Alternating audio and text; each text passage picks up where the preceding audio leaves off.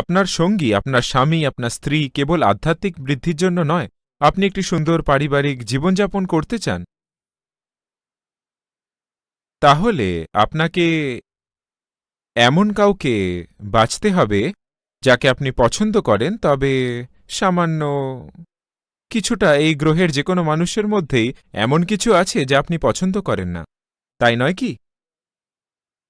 সুতরাং আপনি সেই অংশটি আপনার আধ্যাত্মিক বিকাশের জন্য ব্যবহার করুন এবং বাকিটা আপনি উপভোগ করুন, Just as life. ঠিক জীবনের মতো।